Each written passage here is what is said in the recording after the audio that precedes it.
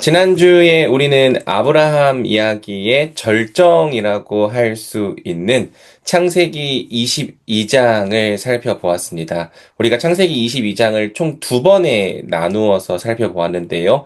전반부는 지지난주에 살펴보았죠. 전반부는 이제 사건에 대해서 이야기를 하고 있고, 후반부, 자, 지난주에 살펴본 후반부는 그 사건에 대한 해석을 이야기하고 있습니다. 따라서 22장을 해석할 때에는 전반부와 후반부를 각각 따로 나누어서 해석하는 것이 아니라 이 이야기, 즉 사건과 이 천사의 계시를 함께 연결해서 해석하는 작업이 필요합니다. 저는 설교를 시작하면서 여러분들은 어떻게 행복을 추구하는지를 물었습니다. 왜냐하면 성경이 우리에게 말하는 가장 중요한 주제 중 하나가 바로 행복에 대한 주제이기 때문이죠. 성경은 인간이 하나님을 떠나서 복을 잃어버렸다고 말합니다. 그 복을 잃어버렸기 때문에 사람은 그 어떤 방법으로도 온전한 행복을 누릴 수가 없게 되었죠. 하나님은 사람이 죄의 비창 가운데 살도록 내버려 두지 않으셨습니다. 한 사람 아브라함을 택하셔서 그를 통해 다시 천하 만민이 복을 회복하게 될 계획을 세우셨죠. 그 계획을 실행하시기 위해 아브라함이라고 하는 한 사람을 믿음으로 준비시키셨습니다. 그리고 그 믿음의 완성을 보여주는 사건이 창세기 22장이죠. 아브라함은 하나님의 시험 앞에서 절대적인 신뢰와 순종으로 응답했습니다. 하나님은 아브라함의 그 신뢰와 순종을 보시면서 아브라함이 정말로 하나님 한 분만을 사랑하고 또 그분께 절대적인 신뢰와 순종을 드린다는 사실을 확인하셨습니다. 그리고 하나님은 바로 이 믿음의 복을 주셔서 바로 천하 만민이 이 아브라함과 같은 복을 받게 될 것이라고 이야기를 한 거죠. 자, 먼저 이 본문을 통해서 우리가 앞으로 장차 하나님의 백성들, 아브라함의 자손들이 누리게 될 복이 무엇인지를 확인할 수 있는데요. 7절을 보면 하나님은 이렇게 이야기를 합니다. 네 자손이 원수들의 성문을 차지할 것이다. 자, 우리는 이 말씀을 잘 해석할 필요가 있습니다. 왜냐하면 원수들의 성문을 차지하는 일이야말로 아브라함의 자손으로 오실 분이 행할 가장 중요한 일이기 때문입니다.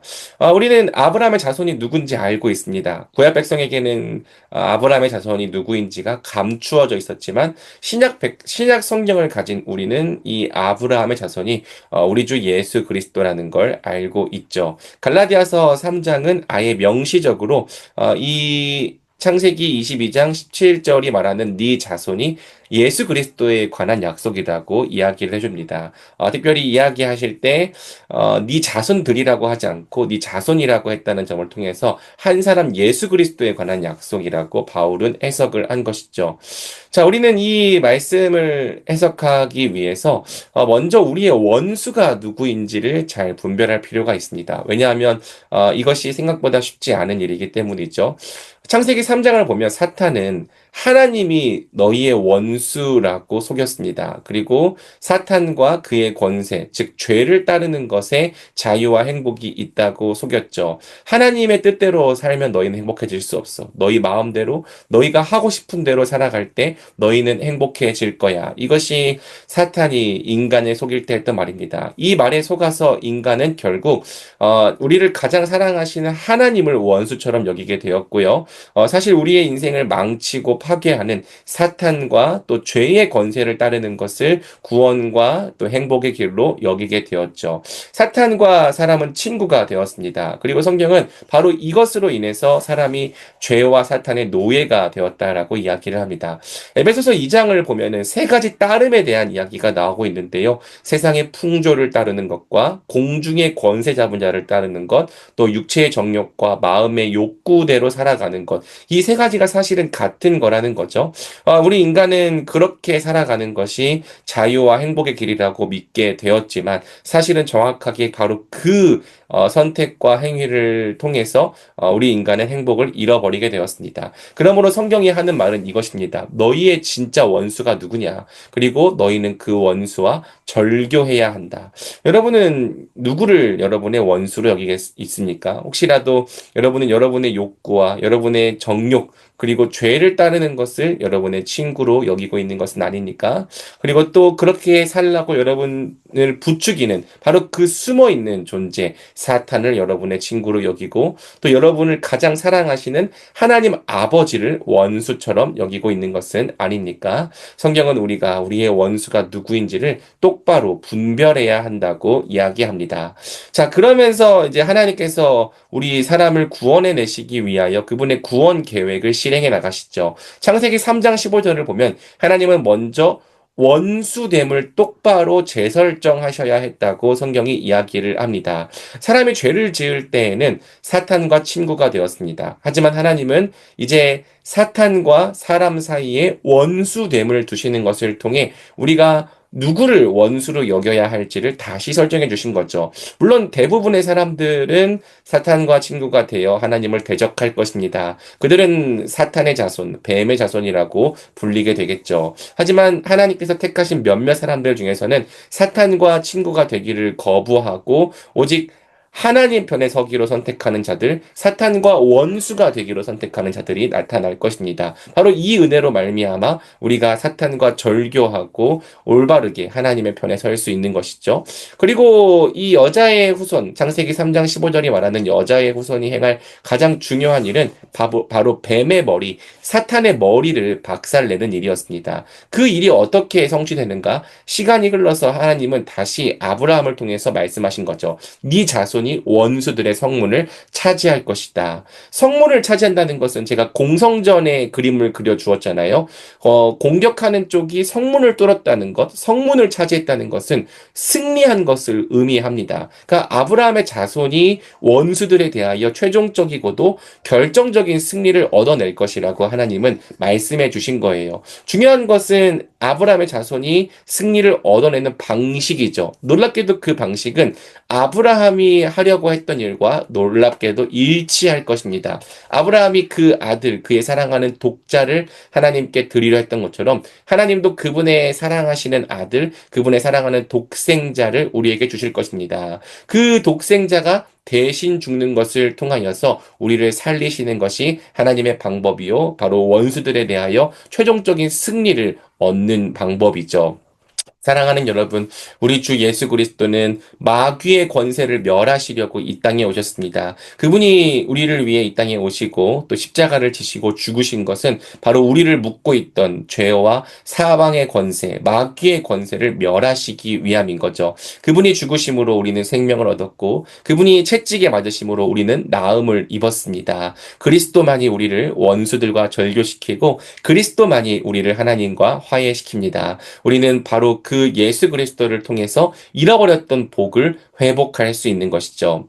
자, 마지막으로 하나님은 너의 자손을 통해 천하 모든 만민, 민족들이 복을 받게 될 것이라고 말씀하십니다. 자, 이 복이 무엇이냐? 이 복은 사실 22장에서 보여준 아브라함의 모습 그 자체입니다. 아브라함이 하나님을 절대적으로 신뢰하며 순종하며 사랑함으로 따랐잖아요. 바로 이 관계가 성경은 복이라고 이야기를 합니다. 이것이 원래 인간이 잃어버렸던 관계거든요.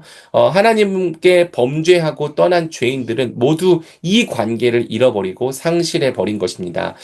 사람은 더 이상 하나님께 가까이 갈 수 없게 되었고 그분을 사랑하거나 신뢰할 수도 없게 되었죠. 그런데 아브라함이 믿음을 통해서 하나님을 사랑하고 하나님을 절대적으로 신뢰하고 하나님께 절대적으로 순종하는 바로 그 관계를 회복해 낸 거예요. 성경은 바로 이 관계, 즉 하나님께서도 아브라함에게 전부를 주시고 아브라함도 하나님께 전부를 드리는 이 관계, 이 연합이 바로 복의 정체라고 이야기를 합니다.